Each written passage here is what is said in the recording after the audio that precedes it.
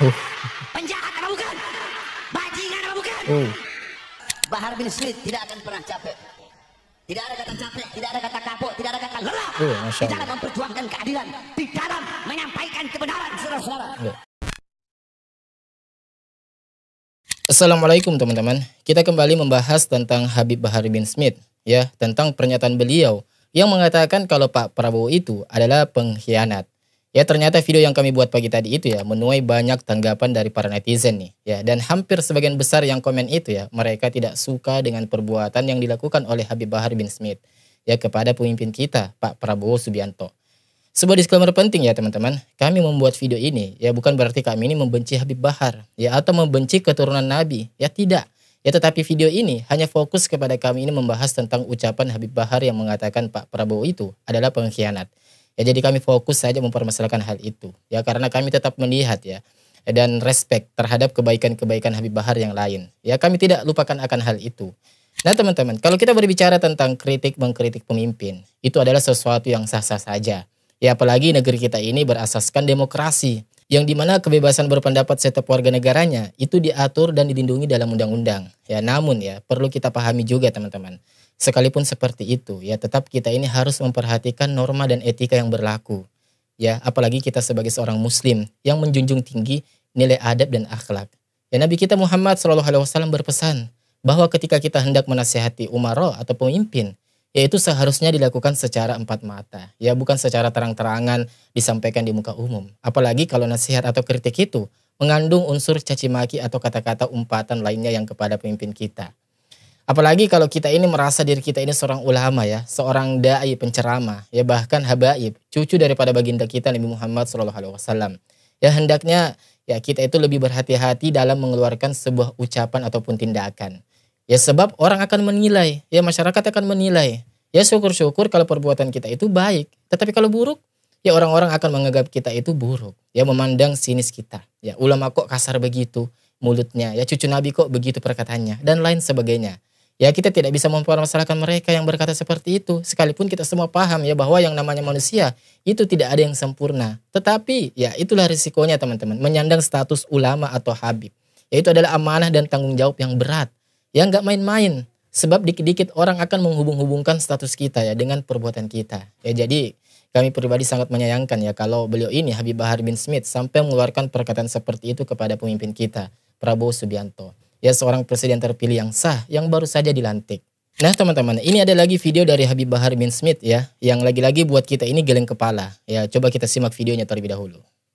Saya, Bahar bin Ali bin Smith, berkali-kali saya masuk penjara, saudara-saudara. Oh, Saya masuk penjara.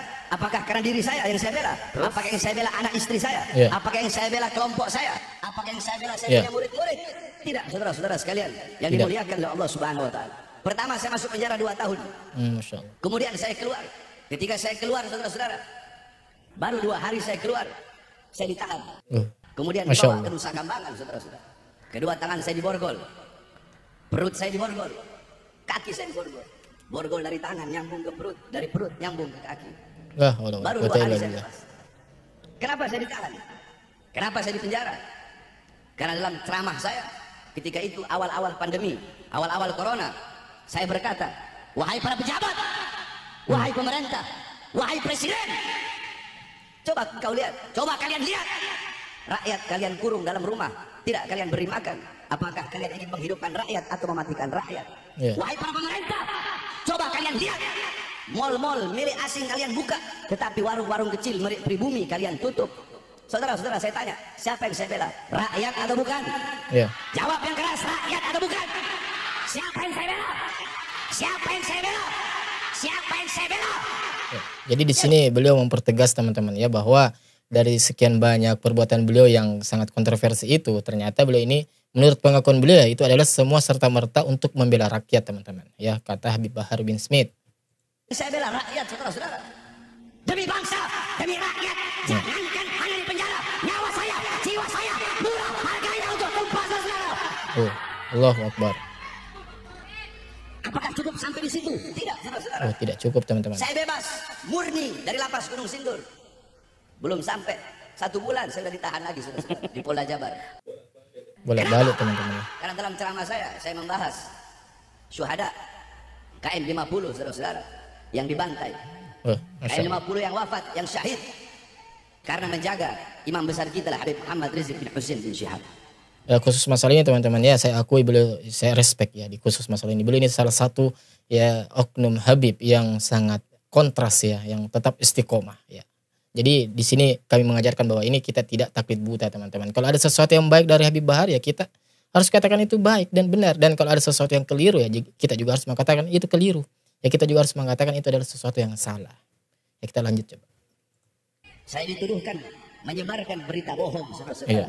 Tetapi alhamdulillah di dalam persidangan saya buktikan bahwasanya kami bukanlah yang suka menyebarkan berita bohong. Tidaklah apa yang kami sampaikan kecuali itu adalah kebenaran. Dan alhamdulillah terbukti dalam persidangan bahwasanya saya tidak sama sekali menyampaikan berita bohong, saudara-saudara. Hadirin sekalian, yang saya bela adalah para laskar-laskar, para syuhada yang wafat, yang meninggal dunia. Hadirin sekalian yang dimuliakan oleh Allah. Satu polisi wafat, satu polisi meninggal dunia, dibunuh dengan keji, udah dibunuh, difitnah lagi. Sama siapa? Sama Sambo, saudara-saudara. Terus saya tanya, Sambo biadab apa tidak? Biadab apa tidak? Bejat apa tidak? Penjahat apa bukan? Bajingan apa bukan?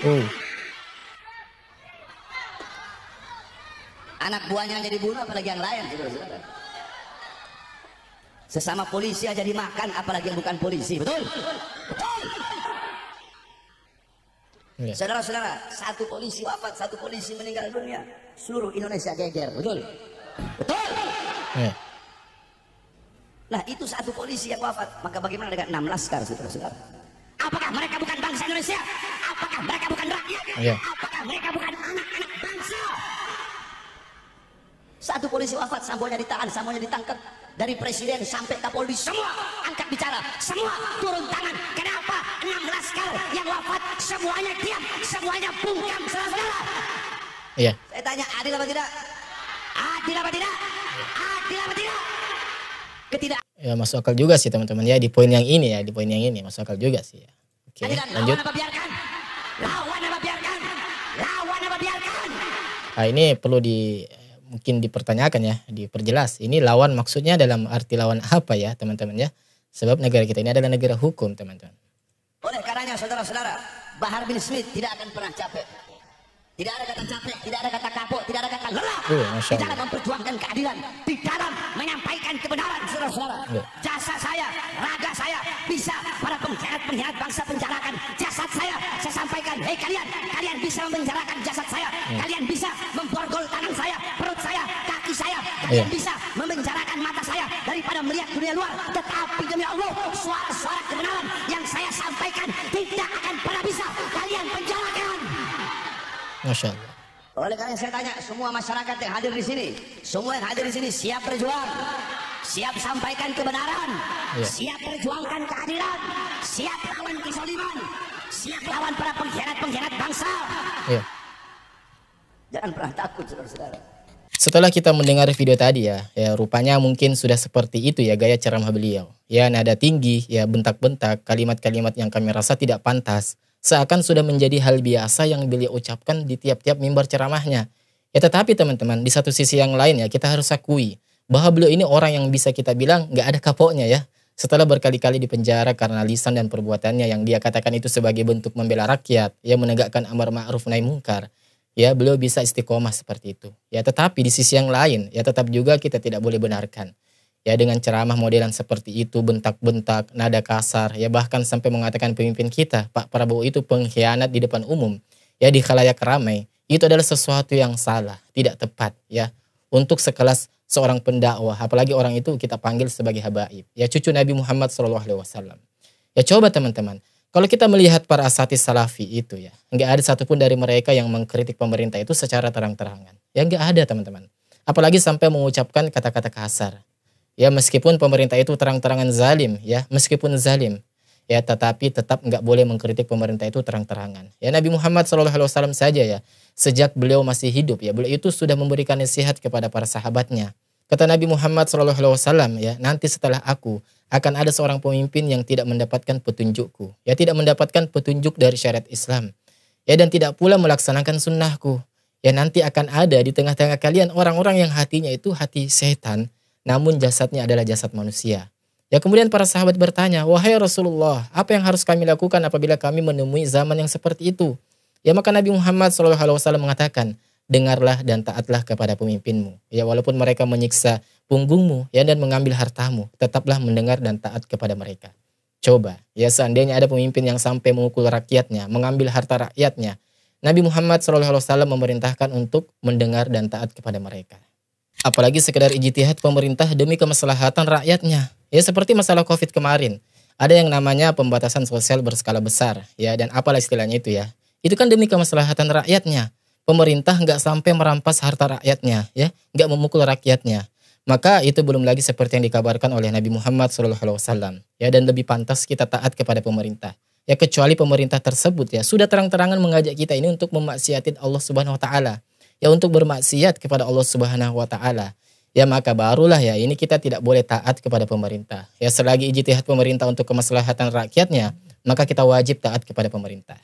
Jadi sekali lagi ya, perbuatan mencaci maki pemerintah secara terang-terangan, bahkan mendoakan pemerintah dengan keburukan, itu adalah sesuatu yang salah. Ya, tidak dibenarkan dalam agama kita, teman-teman. Dan kalau kita melihat Habib Bahar ini ya, itu jelas ya, beliau ini mencaci maki pemerintah.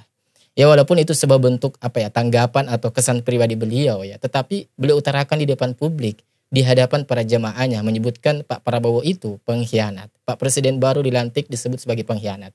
Itu adalah sesuatu yang tetap tidak bisa dibenarkan, teman-teman. Ya, manhaj Ahlus Sunnah wal Jamaah tidak mengajarkan yang seperti itu. Meskipun di negara kita ini sekali lagi ya, itu boleh mengkritik pemerintah di muka umum, dijamin oleh undang-undang, tetapi tetap ya dengan cara yang sopan seharusnya. Dan hal ini pun ya sebenarnya sudah disinggung oleh Pak Prabowo di dalam pidatonya beberapa waktu yang lalu ya. Dan coba kita simak kembali videonya sebagai pengingat untuk kita semua nih. Ya, mari kita simak. Ada segelintir orang yang punya budaya caci maki, jelek-jelekin, cari masalah, ya kan?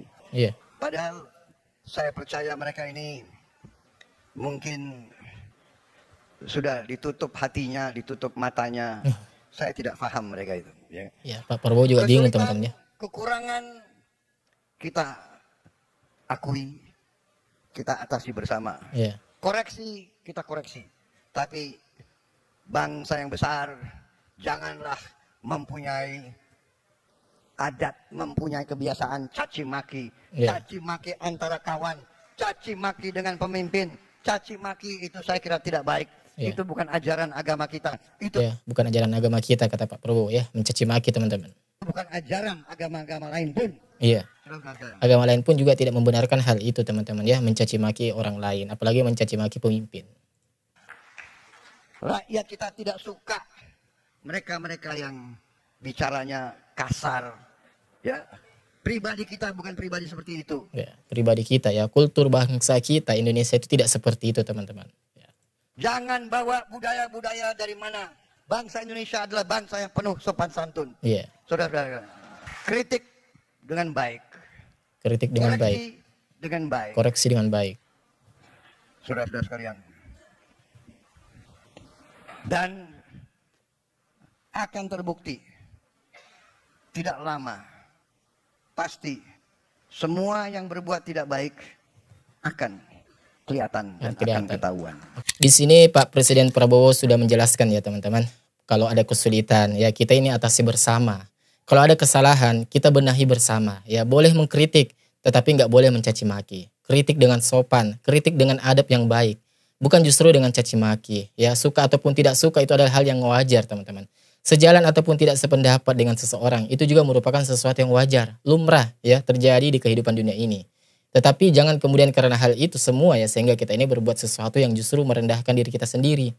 Perkataan caci maki, sumpah serapah dan lain sebagainya yang kita ucapkan itu ya pada hakikatnya kita ini sedang menjelaskan kepada orang lain tentang kualitas diri kita sendiri, teman-teman. Ya. Dan lagi-lagi ya, satu hal yang kita semua mesti pahami bahwa mengurus negara ini ya itu nggak mudah, teman-teman ya. Mengurus negara ini itu nggak semudah kita ini mengurus rumah tangga, yang ngurus satu keluarga ya, enggak. Ini ngurus seluruh rakyat Indonesia, satu negara, teman-teman. Jadi ini bukan perkara yang mudah ya, ngurus oknum Balawi saja yang gemar cerita khurafat, yang membodohi umat. Ya, Robita Alawiyah itu sampai sekarang belum kita dapati untuk membereskan hal seperti itu. Ya, banyak para oknum Balawi mengatakan bahwa satu Habib yang bodoh itu katanya lebih utama daripada 70 kiai yang alim.